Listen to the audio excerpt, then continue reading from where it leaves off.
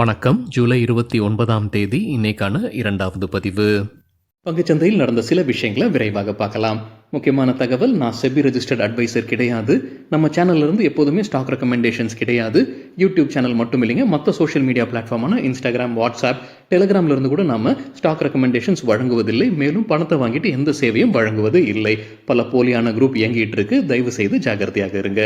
இந்த வீடியோவில் காட்டக்கூடிய அனைத்து கம்பெனிகளும் வெறும் இன்ஃபர்மேஷனல் பர்பஸ்க்காக மட்டுமே முதலீடு செய்யுங்கன்னு சொல்கிற வீடியோ கிடையாது. எந்த ஒரு முதலீட்லையும் ரிஸ்க் இருக்கும். ரிஸ்க் புரியாமல் இன்வெஸ்ட் செய்யாதீங்க. ரிஸ்க் புரியலன்னா தயவு செய்து இன்வெஸ்ட்மெண்ட்டை தவிர்த்துருங்க. நம்ம ருபி டிரைவர் சேனலை ஆதரிக்கிற அனைத்து நல்ல உள்ளங்களுக்கும் நன்றி. நம்ம மார்க்கெட் ஓப்பன் ஆகிறதுக்கு முன்னாடி உலக மார்க்கெட்ஸ் எப்படி இருந்ததுன்னு பார்க்கும்போது, வெள்ளிக்கிழமை யூஎஸ் மார்க்கெட்ஸ் கிரீனில் தான் க்ளோஸ் ஆகியிருக்கு. S&P 500 1%, நாஸ்டாக்கும் 1% அதிகமாக க்ளோஸ் ஆகியிருந்தது. பெரும்பாலான யூரோப்பியன் மார்க்கெட்ஸும் வெள்ளிக்கிழமை கிரீனில் தான் க்ளோஸ் ஆகியிருந்தது. இன்றைக்கி நம்ம மார்க்கெட் ஓப்பன் ஆகிறதுக்கு முன்னாடி ஏஷியன் மார்க்கெட்ஸ் எப்படி இருக்குன்னு பார்க்கும்போது பெரும்பாலும் கிரீனில் தான் ட்ரேட் ஆகிட்டு இருந்தது. குறிப்பாக கிஃப்ட் நிஃப்டி 0.5% அதிகமாக ட்ரேட் ஆகிட்டு இருந்தது. நம்ம மார்க்கெட் ஓப்பன் ஆகிறதுக்கு முன்னாடி எடுத்த ஸ்க்ரீன்ஷாட் இது. சில இண்டிவிஜுவல் ஸ்டாக்ஸ் மற்றும் செய்திகள் விரைவாக பார்க்கலாம். ஓலா எலக்ட்ரிக் IPO குறித்தான அப்டேட் மணி கண்ட்ரோல் கிடைச்சிருக்கு. அவங்க விலையை நிர்ணயித்திருக்கிறாங்க. Lower band ₹72, upper band ₹76. உண்மையை நம்ம செய்தி பார்த்தது தான். ஆகஸ்ட் 2ஆம் தேதி IPO ஓப்பன் ஆகுது. ஃப்ரெஷ் இஷ்யூ வழியாக ₹5500 கோடி ஃபண்ட் ரைசிங் பண்ணுறாங்க. ஆஃபர் ஃபார் சேல், அதாவது ஆல்ரெடி எக்ஸிஸ்டிங் ஷேர் ஹோல்டர்ஸ் விற்பனை செய்வது 84.9 மில்லியன் ஷேர்ஸ் விற்பனைக்கு வருது. அப்பர் பேண்ட் விலை போகும் பட்சத்தில் ₹646 கோடி ஆஃபர் ஃபார் சேல் வழியாக ஃபண்ட் ரைசிங் பண்ணுவதற்கான வாய்ப்பு இருக்கு. ஒட்டு மொத்தமாக ₹6145 கோடி ஃபண்ட் ரைசிங் பண்றாங்க இந்த IPO வழியாக. ப்ரொமோட்டர்ஸான பாவிஷ் அகர்வால் 3.79 கோடி ஈக்விட்டி ஷேர்ஸ் விற்பனை செய்கிறாரு. அதே போல இண்டஸ் ட்ரஸ்ட் 42 லட்சம் ஈக்விட்டி ஷேர்ஸ் கிட்டத்தட்ட விற்பனை செய்கிறாங்க இந்த IPO வழியாக. சீகல் இந்தியா IPO குறித்தான அப்டேட் மணி கண்ட்ரோல் கிடைச்சிருக்கு. விலை நிர்ணயித்திருக்கிறாங்க. Lower band 380, upper band ₹401. August 1ஆம் தேதி ஓப்பன் ஆகுது. ஆகஸ்ட் 5ஆம் தேதி முடிவடையுது IPO. ஃப்ரெஷ் இஷ்யூ வழியாக ₹684 கோடி ஃபண்ட் ரைசிங் பண்றாங்க.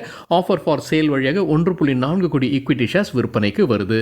வரப்போற பணத்தை வைத்துக்கொண்டு கம்பெனி என்ன செய்ய போறாங்க? கிட்டத்தட்ட ₹100 கோடி எக்யூப்மெண்ட் வாங்குவதற்கு பயன்படுத்த போறாங்க. ₹413 கோடி கடன் அடைப்பதற்கு பயன்படுத்துறாங்க. கடன் எவ்வளவு இருக்கு? ₹1884 கோடி. மீதம் பணம் ஜெனரல் கார்ப்பரேட் பர்பஸ்க்கு பயன்படுத்த போறதாக சொல்லியிருக்கிறாங்க மணி கண்ட்ரோல் செய்தியில. சீகால் இந்தியா IPO குறித்தான அப்டேட். ஆயில் விலை அதிகரிப்பதற்கான வாய்ப்பு இருக்குன்னு மணி கண்ட்ரோல் ஒரு ஐயம் தெரிவிச்சிருக்கிறாங்க. மிடில் ஈஸ்ட்ல புதிதாக ஒரு பிரச்சனை ஏற்பட்டிருக்கு. ராக்கெட் தாக்குதல் நடந்திருக்கு. இஸ்ரேல் ஆக்குபைட் கோலான் ஹைட்ஸ்ல தான் இந்த தாக்குதல் நடந்திருப்பதாக மணி கண்ட்ரோல்ல செய்தி வெளியாகி இருக்கு. இஸ்ரேல் மற்றும் யுனைடெட் ஸ்டேட்ஸ் யாரை குற்றம் சாட்டியிருக்கிறாங்க? லெபனீஸ் குரூப்பான ஹெஸ்புல்லா மீது தான் இந்த குற்றம் சாட்டியிருக்கிறாங்க. அல்ட்ராடெக் சிமெண்ட் மற்றும் இந்தியா சிமெண்ட் குறித்தான செய்தி நம்ம வீக்கெண்டில் பார்த்துருந்தோம். இன்னைக்கு காலையில் வீடியோவில் நம்ம செய்தி பார்த்துருந்தோம். அல்ட்ராடெக் இப்போ இந்தியா சிமெண்ட்ஸை டேக் ஓவர் பண்ணுறாங்க. அதற்கான ரியாக்ஷன் நீங்கள் பார்க்கும்போது அல்ட்ராடெக் சிமெண்ட் இன்ட்ராடேல 1.3% அதிகரித்தது. இந்தியா சிமெண்ட்ஸ் 3% இன்ட்ராடேல அதிகரித்தது. மணப்புரம் ஃபினான்ஸ் குறித்து மணி கண்ட்ரோல்லேருந்து கிடைச்சிருக்கிற ஒரு தகவல். அவங்களுடைய சப்சிடரி நிறுவனம் தான் மணப்புரம் காம்டெக் கன்சல்டன்ஸ். அதில் ஒரு மோசடி நடந்திருப்பதாக செய்தி வெளியாகி இருக்கு. கிட்டத்தட்ட ₹20 கோடி மதிப்பிற்கான மோசடி அங்கே இருக்கக்கூடிய ஒரு ஊழியர் நடத்தியிருப்பதாக குற்றச்சாட்டு. இதை விசாரணை செய்வதற்காக KPMG நிறுவனத்தை அவங்க நியமித்திருப்பதாக அப்டேட் வெளியாகி இருக்கு மணி கண்ட்ரோல் செய்தியில்.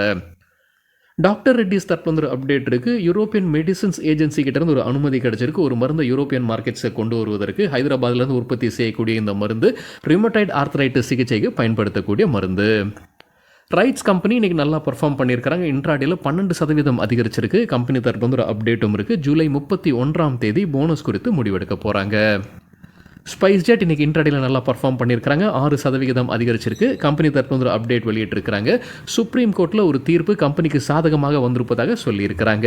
டெல்லி கோர்ட் கலாநிதி மாறனுக்கு எதிராக ஒரு தீர்ப்பு வழங்கியிருந்தாங்க. கலாநிதி மாறன் மற்றும் கல் அர்வேஸ் அதை எதிர்த்து சுப்ரீம் கோர்ட்டுக்கு போயிருக்காங்க.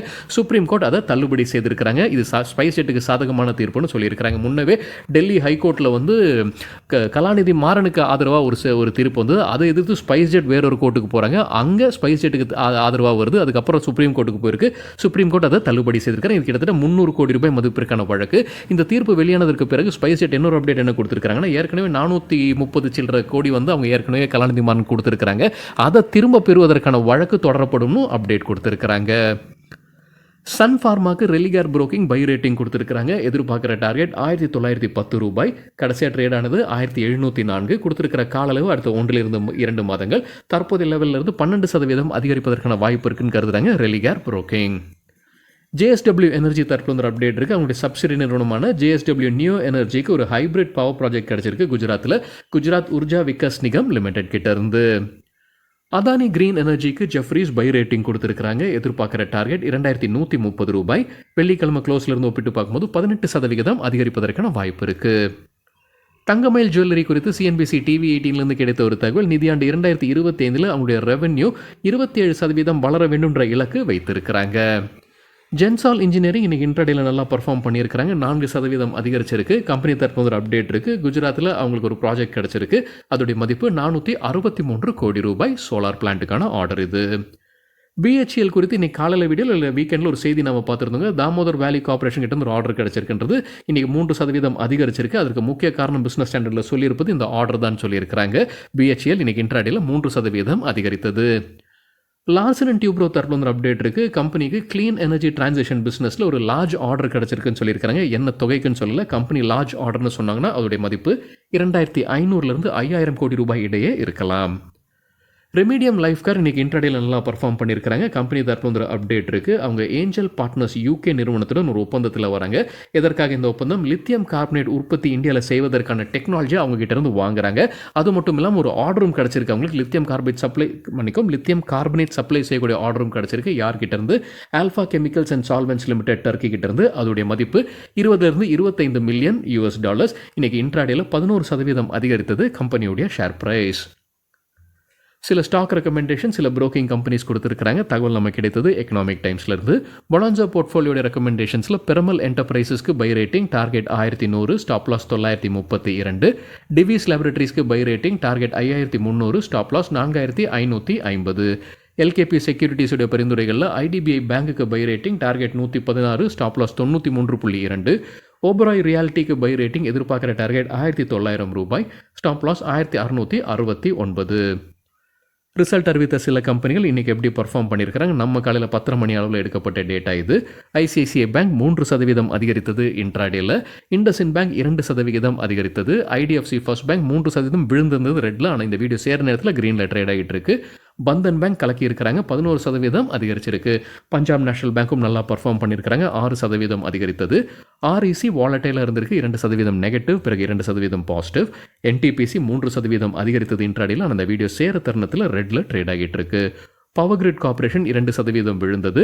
டாக்டர் ரெட்டிஸ் லேபரேட்டரிஸ் வாலட்டைலாக இருந்திருக்கு, 2% positive, 2% negative. InterGlobe aviation, indigo airlines 5% வீழ்ச்சியை பார்த்துருக்கு. MCX நல்லா பர்ஃபார்ம் பண்ணியிருக்கிறாங்க, 4% அதிகரித்தது. ஜென் டெக்னாலஜிஸ் 5% அப்பர் சர்க்கியூட்டை எட்டியது. SBI கார்ட்ஸ் 2% இன்ட்ராடேல வீழ்ச்சியை பார்த்துருக்கு. சரிங்க, இதுதான் சில விஷயங்கள் என்னுடைய பார்வைக்கு எட்டியது. நன்றி, வணக்கம்.